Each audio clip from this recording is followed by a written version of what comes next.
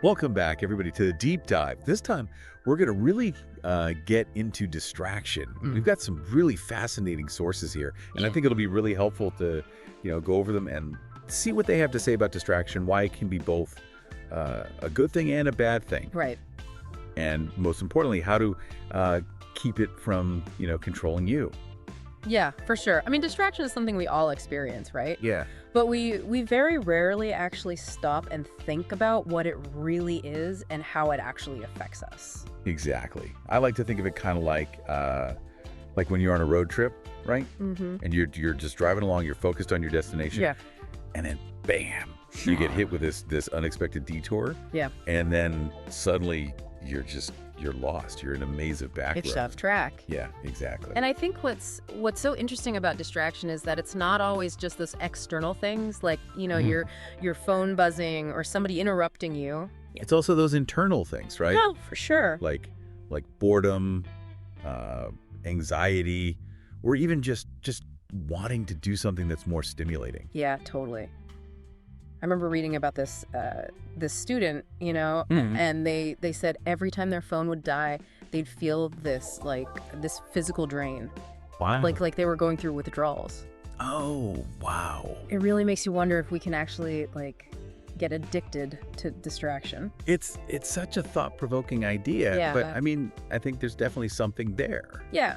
Right? When you think about how addictive technology can be. Oh yeah. I mean, our phones, our computers, all of it. Yeah. It's all designed to keep us engaged. Totally. Right? With the notifications, the news feeds, the constant stream of new content, it's no wonder it's so hard to resist. I know I definitely struggle with that. Yeah. So is distraction always a bad thing? I mean, I feel like sometimes I get my best ideas when I'm letting my mind wander a little bit. Right. Like when I'm out for a walk or doing the dishes or something. Yeah. That's a really great point. Yeah. And I think it really highlights something really important about distraction. Yeah. That, our brains aren't designed to just be focused all the time. Really? Yeah. I mean, we need those breaks. We need those moments where our minds can just kind of wander and make those new connections. Oh, okay. That's actually how a lot of creative breakthroughs happen. Interesting. Yeah. So it sounds like distraction, it can actually be a good thing sometimes. Yeah, definitely. But how do we know, like, when it's helping us versus when it's actually hurting us? That's the real question, isn't it? Yeah. I think, the first thing is to really try to understand what's causing the distraction in the first place. Are you avoiding something, like a task that you just don't want to do? Or are you feeling overwhelmed? Or maybe just bored? So it's not just about, like, having enough willpower to just push through. Right. It's more about understanding, like, why we're getting distracted. Exactly. Yeah. Okay, that makes sense. And once you kind of figure out what's going on there, you can start to, come up with strategies to deal with it. So what are some of those strategies? Well, I mean, one of the simplest things you can do is just try to minimize those external distractions. Okay. Like, finding a quiet place to work, turning off your phone, Yeah.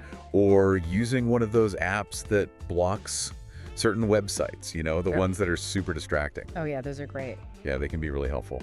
I remember one of the sources talked about this rule. Hmm. It was called the 5-2-17 rule. Oh, yeah, I've heard of that. Yeah, have you tried it? I have, yeah.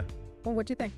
I mean, it's pretty good. It's not a magic bullet or anything. But I think the idea behind it is really solid, What is the idea? Well, basically you work really intensely for 52 minutes Okay. and then you take a 17-minute break.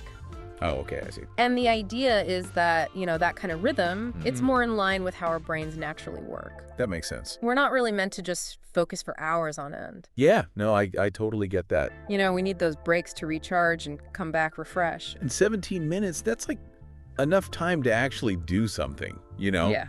Like go for a walk, grab a snack, whatever. Yeah, exactly. Not just like, stare at your phone for 5 minutes and then get right back to work. Right. Speaking of, energy and stuff, Mm-hmm. one of the sources also mentioned that, like, how well we take care of ourselves physically can actually have a big impact on how well we can focus. Oh, absolutely. So it's not all just about, managing our phones and computers and stuff. No, not at all. It's about taking care of our whole selves. Huh. Yeah, I mean, think about it. When you're tired, when you're hungry, Yeah. when you haven't exercised. You know, Yeah. you don't have as much willpower. That's true. Right. You're way more likely to give in to those distractions. So it's like it's a more holistic approach to managing distraction, Oh, right? I think so, yeah. It's not just one thing. It's like it's about everything. It's about your environment, your emotions, your habits, your physical health, all of it. Wow. Okay. It's a lot to think about, but Yeah. I think it's worth it. Yeah. If you can figure out what works for you, I mean, it can make a huge difference. So I guess the big question is like, why bother? Why is it so important to manage distraction? What's the point of all this? Well, I think it really comes down to freedom. Freedom. Yeah, freedom to choose where you put your attention. Okay. The freedom to really engage with the world around you Mhm.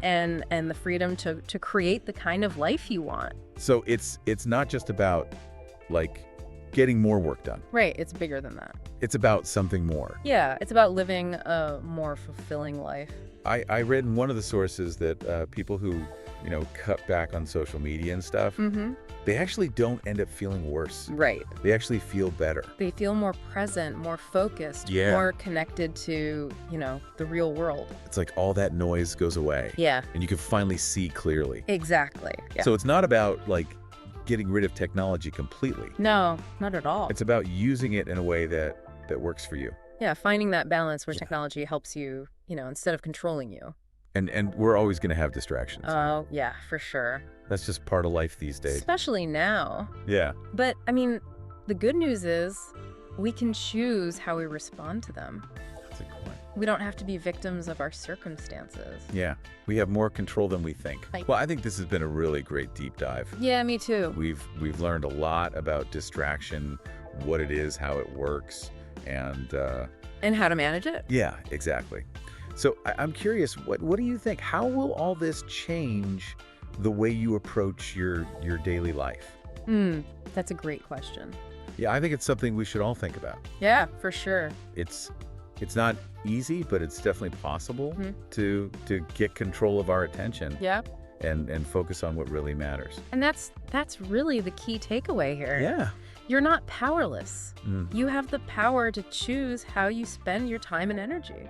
that's really empowering. Yeah, it is. Well, I hope everyone listening has found this deep dive helpful. It's so too. And remember, that world where you're in control, Mhm. where you're focused and present, that's not a fantasy. It's possible. It's within your reach. So go out there, reclaim your attention, and see what you can create. That's great advice. Thanks. And to everyone listening, until next time, stay focused.